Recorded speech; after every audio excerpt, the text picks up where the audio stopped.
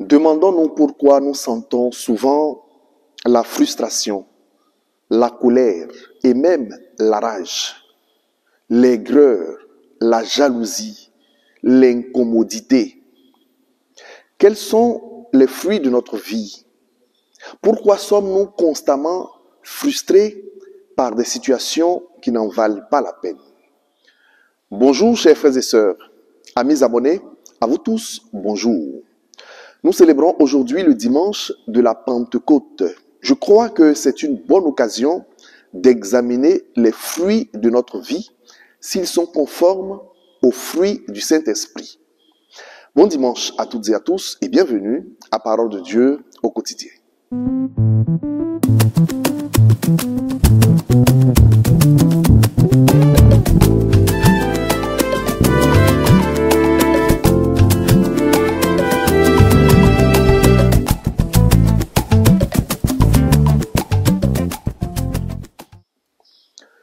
Au nom du Père et du Fils et du Saint-Esprit, Amen. Viens, Esprit Créateur, nous visiter. Viens éclairer l'âme de tes fils. Emplis nos cœurs de grâce et de lumière, toi qui créas toutes choses avec amour.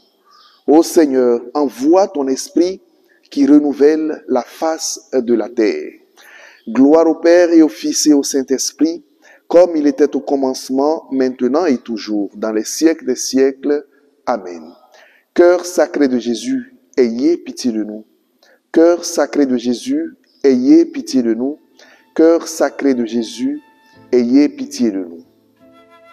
Chers frères et sœurs, chers amis abonnés, fini la cinquantaine pascale. Nous célébrons demain la grande solennité de la Pentecôte, l'effusion du Saint-Esprit, le don du Paraclet, la descente du défenseur promis par Jésus, notre Seigneur, à ses apôtres et à son Église. C'est le lieu, mes frères et sœurs, de demander personnellement et pour chacune de nos communautés un renouvellement de cette force d'en haut, une effusion du Saint-Esprit pour nous rendre authentiques dans notre témoignage de tous les jours, dans l'amour envers Dieu et envers nos frères et sœurs. Revenons à notre préoccupation du début. Pourquoi sommes-nous constamment frustrés? Pourquoi ce sentiment contradictoire en nous de haine, de jalousie, d'aigreur, de colère, cette tristesse intérieure qui nous habite permanemment? Pourquoi pensons-nous que nous sommes toujours les victimes des situations que nous traversons?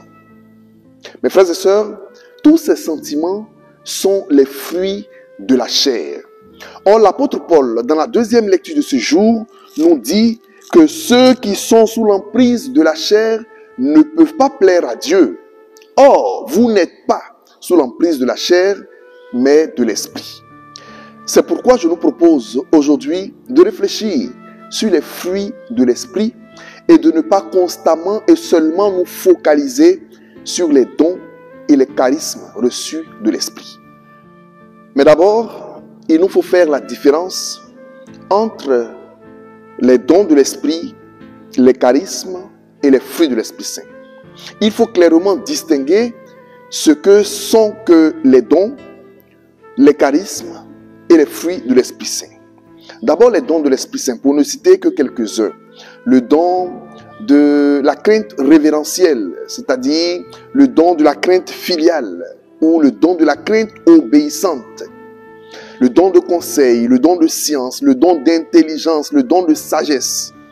Tous ces dons doivent être mis au service des fruits de l'Esprit Saint. Ou, mieux dit, ces dons doivent nous conduire à produire les fruits de l'Esprit Saint. Ensuite, les charismes. Exemple, le charisme de parler en langue, la glossolalie. Le charisme de l'interprétation des Saintes Écritures. Le charisme de la prédication. Le charisme du chant. Le charisme de la prophétie. Tous ces charismes doivent être mis au service des fruits de l'esprit. Autrement dit, ces charismes doivent produire en nous les fruits de l'esprit. Parce que les dons et les charismes, mal exercés, peuvent nous conduire à la condamnation. Ce n'est pas parce que j'ai reçu un don de l'Esprit Saint ou j'exerce un charisme dans l'Église que je serai sauvé. La finalité des dons et des charismes, c'est pour produire les fruits de l'Esprit Saint en nous. Donc ce qui sauve en fait, mes frères et sœurs, ce ne sont pas tant les dons que nous recevons, qui sont importants. Ce ne sont pas tant les charismes que nous exerçons, qui sont aussi importants. Mais le plus important, c'est que ces dons et ces charismes conduisent à produire en nous des fruits de l'Esprit Saint. Et c'est pourquoi Jésus disait à ses apôtres, c'est à travers les fruits que vous porterez que l'on reconnaîtra que vous êtes mes disciples.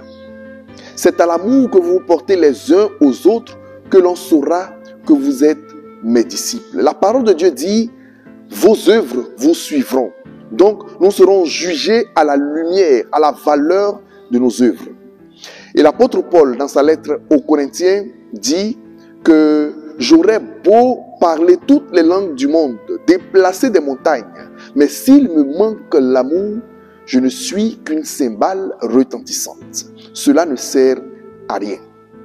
Je le répète encore une fois, mes frères et sœurs, les dons de l'Esprit Saint sont importants, les charismes sont importants, mais ce qui est essentiel pour notre salut, ce sont les fruits de l'Esprit Saint dans notre vie de tous les jours. Mais qu'est-ce que les fruits de l'Esprit Saint? C'est l'apôtre Paul qui les énumère dans sa lettre aux Galates, au chapitre 5, versets 22 à 23, que nous lisons. Mais ce que l'Esprit Saint produit, c'est l'amour, la joie, la paix, la patience, la bienveillance, la bonté, la fidélité, la douceur et la maîtrise de soi. C'est cela, mes frères et sœurs, les fruits de l'Esprit Saint, qui sont au nombre de 9. La tradition de l'Église les a enrichis et en a ajouté 3. Donc les fruits de l'Esprit Saint sont aujourd'hui au nombre de 12. 3 autres qui sont la modestie, la continence et la chasteté. Mais je voudrais revoir avec vous les 9 fruits de l'Esprit Saint selon l'énumération que l'apôtre Paul nous livre dans sa lettre aux Galates que nous venons de lire. Les fruits de l'Esprit Saint, mes frères et sœurs, il faut dire avant tout que ce ne sont pas des dons, ce sont des fruits, comme son nom l'indique. Donc, c'est le travail d'une maturation. C'est le travail progressif d'un mûrissement. C'est le travail du contact permanent et régulier avec l'Esprit Saint qui nous conduit à produire ces fruits. C'est une cohabitation quotidienne, habituelle. C'est une fréquentation régulière avec le Saint-Esprit qui produit en nous ces fruits.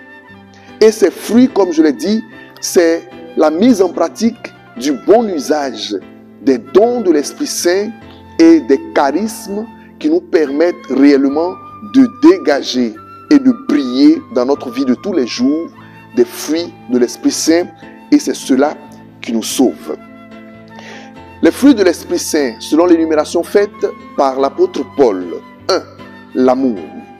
C'est l'amour gratuit, l'amour inconditionnel, amour qui est le contraire de l'égoïsme, l'amour qui est lui-même la participation à l'amour de Dieu. Nous savons que Dieu se donne généreusement. 2. La joie. Cette joie dont nous parlons est plus profonde que la gaieté. Elle est plus profonde que cette joie qui naît de la célébration d'un événement heureux, d'un bonheur terrestre. Cette joie est plus profonde et intime et elle dépasse les circonstances de notre vie. Ça veut dire quoi? Ça veut dire qu'on peut être dans des situations même de tristesse apparemment pour le monde, mais notre cœur est profondément en joie. 3. La paix. Ce n'est pas l'absence de problème. Celui qui est en paix dans l'Esprit Saint, cela ne veut pas dire qu'il n'a pas de problème. La paix de l'Esprit Saint, c'est cette tranquillité que l'Esprit Saint communique. C'est cette paix intérieure, cette paix qui te plonge dans la confiance permanente, au-delà des situations par lesquelles nous passons. 4. La patience. La patience, mes frères et sœurs, fruit de l'Esprit Saint, c'est la sérénité pour traverser les difficultés, pour être serein dans les calomnies, pour ne pas répondre à toutes les provocations, aux injures. C'est cette sérénité pour supporter les contrariétés de la vie sans murmurer, sans rechigner contre Dieu et même contre nos frères et sœurs. 5. La bonté. La bonté, mes frères et sœurs, qui est la compassion, ce sentiment qui te plonge dans le cœur de l'autre pour vivre sa misère, sa douleur et aussi sa joie. Cette bonté qui est la générosité en toutes circonstances. Une générosité que j'allais même appeler générosité aveugle. Alors que tout le monde vous prend pour un bête, mais vous continuez d'être généreux. 6. La bienveillance.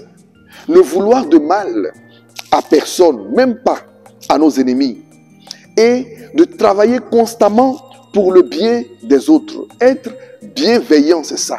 Demandons cette grâce au Seigneur, ou ce fruit de la bienveillance au Seigneur, pour que nos cœurs ne se remplissent pas de sentiments contraires à notre vocation chrétienne. Soyons bienveillants au cœur même de l'adversité. 7. La fidélité. La fidélité qui respecte non seulement la parole donnée aux hommes, mais la fidélité à Dieu en tout et pour tout. C'est la fidélité qui est la récompense des justes. Dieu bénit et sauve les justes. Prenons l'exemple de la fidélité de Job. Malgré tout ce qu'il traversait, il est resté fidèle à son Dieu. Et un exemple de fidélité, c'est celui de la Vierge Marie. La Vierge Marie, fidèle à son si, à son oui, jusqu'au bout, lui valut d'être aujourd'hui la reine du ciel. Fidélité donc à toute épreuve, en respectant bien entendu ou en faisant l'effort de respecter la parole donnée. 8. La douceur.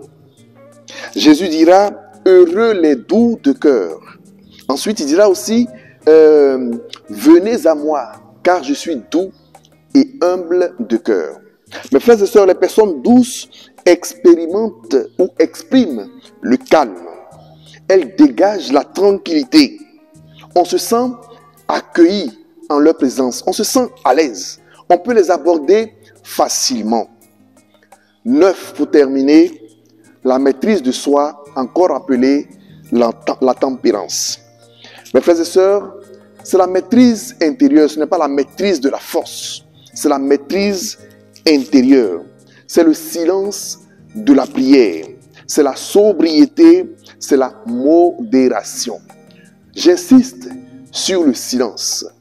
Bien souvent, ceux qui ne parlent pas, on les prend pour des faibles. La maîtrise de soi n'est pas une faiblesse. C'est bien au contraire une force.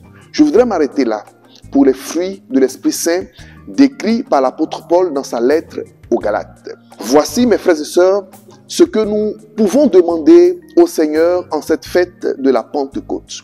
Que nous puissions produire dans notre vie les fruits de l'Esprit Saint. Telle est ma prière, mes frères et sœurs, oui, telle est ma prière en cette fête de la Pentecôte. Que mûrissent en nous les fruits du Saint-Esprit pour que nous puissions les vivre, les mettre en pratique dans notre relation les uns avec les autres et pour être des témoins de l'Évangile, des chrétiens authentiques de Jésus-Christ, car ce sont les fruits de l'Esprit Saint qui nous conduiront au salut. Recevez la bénédiction du Seigneur, chers amis abonnés, chers frères et sœurs, en cette fête de la Pentecôte. Le Seigneur soit avec vous. La bénédiction de Dieu Tout-Puissant, lui qui est Père, Fils et Esprit Saint, descende en abondance dans votre vie. Allez et demeurez dans la paix du Christ. Bon dimanche et bonne fête à toutes et à tous. Prenez soin de vous et portez-vous bien. Au revoir.